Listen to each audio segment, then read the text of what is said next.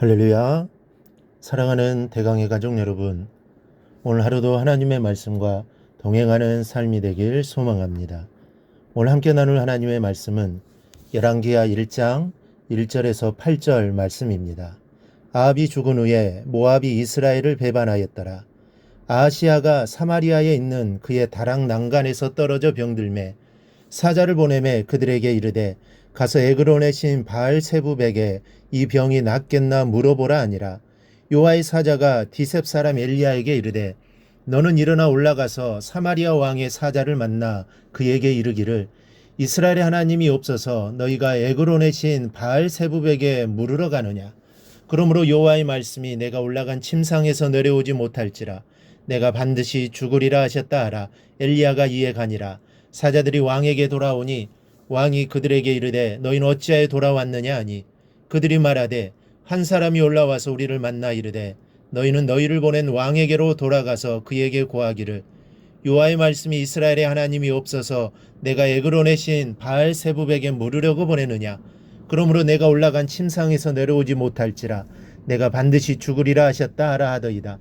왕이 그들에게 이르되 올라와서 너희를 만난 이 말을 너희에게 한 그 사람은 어떤 사람이더냐. 그들이 그에게 대답하되 그는 털이 많은 사람인데 허리에 가죽띠를 띠었더이다 하니 왕이 이르되 그는 디셉 사람 엘리야로다. 아멘. 이스라엘 역대 왕 가운데 가장 악했던 아합이 전장에서 죽고 그의 아들 아하시아가 대신하여 왕이 되었습니다. 그러나 그에게는 두 가지의 불행이 악순환하고 있었습니다. 첫째는 모압이 이스라엘을 배반한 행위입니다. 아합이 죽자 이스라엘에게 충성하던 모압이 등을 돌린 것입니다. 한편 이스라엘에 대해 반란을 일으킨 이 모압 족속은 아브라함의 조카 롯의 큰딸이 그 아비와 동침하여 낳은 아들의 후손입니다. 이 모압은 다윗의 때에 이르러 이스라엘에게 정복당했습니다. 그리고 이스라엘 왕국이 분열된 후에도 그들은 북왕국 이스라엘에게 예속되어 있었습니다. 그런데 그동안 북이스라엘의 위세에 눌려 지내던 모압이 아합이 아람과의 전쟁에서 패하여 죽자 드디어 이스라엘을 배신하고 독립을 선언하게 되었습니다. 즉 모압이 이스라엘을 배신한 것입니다. 둘째는 설상가상으로 아하시아 왕이 중병으로 앓아 눕게 된 것입니다. 그런데 그가 병을 얻게 된 동기가 아주 사사로운 것에서 비롯되었습니다. 2절 말씀을 보면 아하시아가 사마리아에 있는 그의 다락 난간에서 떨어져 병들매라고 되어 있습니다. 이 왕궁의 다락 난간은 오늘날로 보면 베란다입니다. 이와 같은 다락 난간은 왕궁의 가장 높은 지붕 근처에 만들어서 왕의 휴식 장소나 명상하는 장소로 사용되었습니다. 아하시아는 바로 이러한 다락 난간을 거닐다가 추락하게 된 것입니다. 그리고 우리는 이것이 매우 상징성 있는 사건임을 알아야 합니다.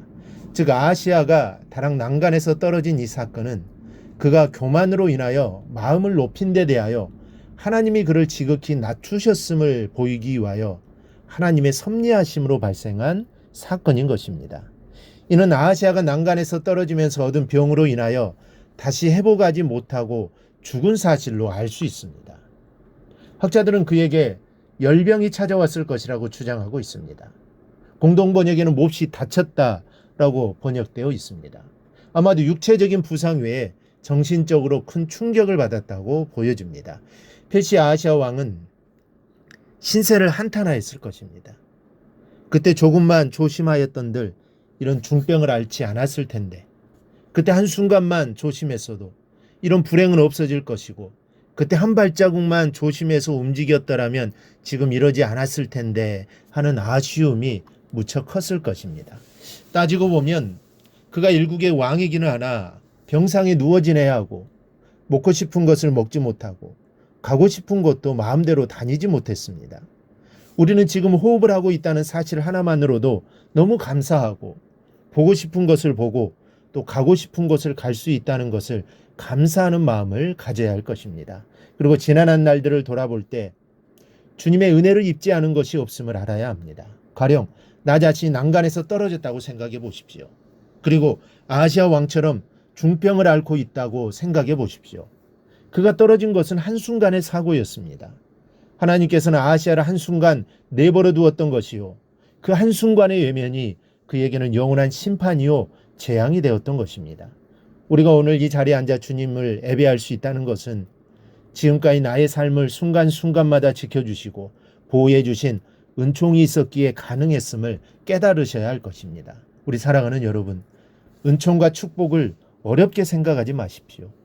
주님께 나를 한 순간순간을 지켜주시는 것이 바로 은총이요 축복이 아니고 무엇이겠습니까? 사고 현장을 보십시오.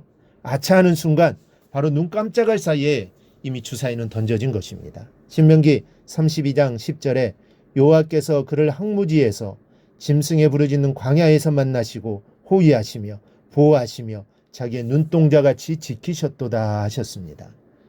여호와께서는 나를 항무지에서 맹수가 울부짖는 광야에서 만나주시고 보호해 주셨으며 눈동자같이 지켜주셨다는 말씀입니다. 주님의 누구의 눈동자같이 지켜주셨느냐? 자기의 눈동자, 즉 하나님의 눈동자같이 지켜주셨다는 것입니다. 그동안 우리 한평생을 살아오면서 나도 알지 못하는 위기와 죽음이 수없이 많았을 것입니다. 그리고 나도 모르는 사이에 그 엄청난 재앙이 비켜가기도 하고 면제되기도 하였으며 탕감되었다는 사실을 알아야 하겠습니다. 나를 하나님의 눈동자같이 보호해 주셨기 때문입니다. 본문에서 아하시아 왕의 한순간의 실수로 떨어진 사건이 곧 하나님의 심판이요 재앙이 되었다는 사실을 생각하며 오늘도 한순간순간을 지켜 보호해 주시는 주님의 은총에 감사하며 살아갈 수 있기를 바랍니다. 한순간의 은총은 곧 영원한 은총이며 하나님의 사랑이 변함없음을 뜻하며 내일도 보호해 주실 은총을 암시하고 있다는 사실을 깨닫고 오늘도 무사함으로 감사하며 기뻐하는 여러분이 되시기를 바랍니다. 그리하여 하루하루의 삶이 하나님과 동행하는 삶을 살아가기를 주님의 이름으로 축원합니다. 오늘 묵상한 말씀을 굳게 잡고 삶으로 실천하며 살아내는 대강의 모든 성도들이 되기를 축복합니다.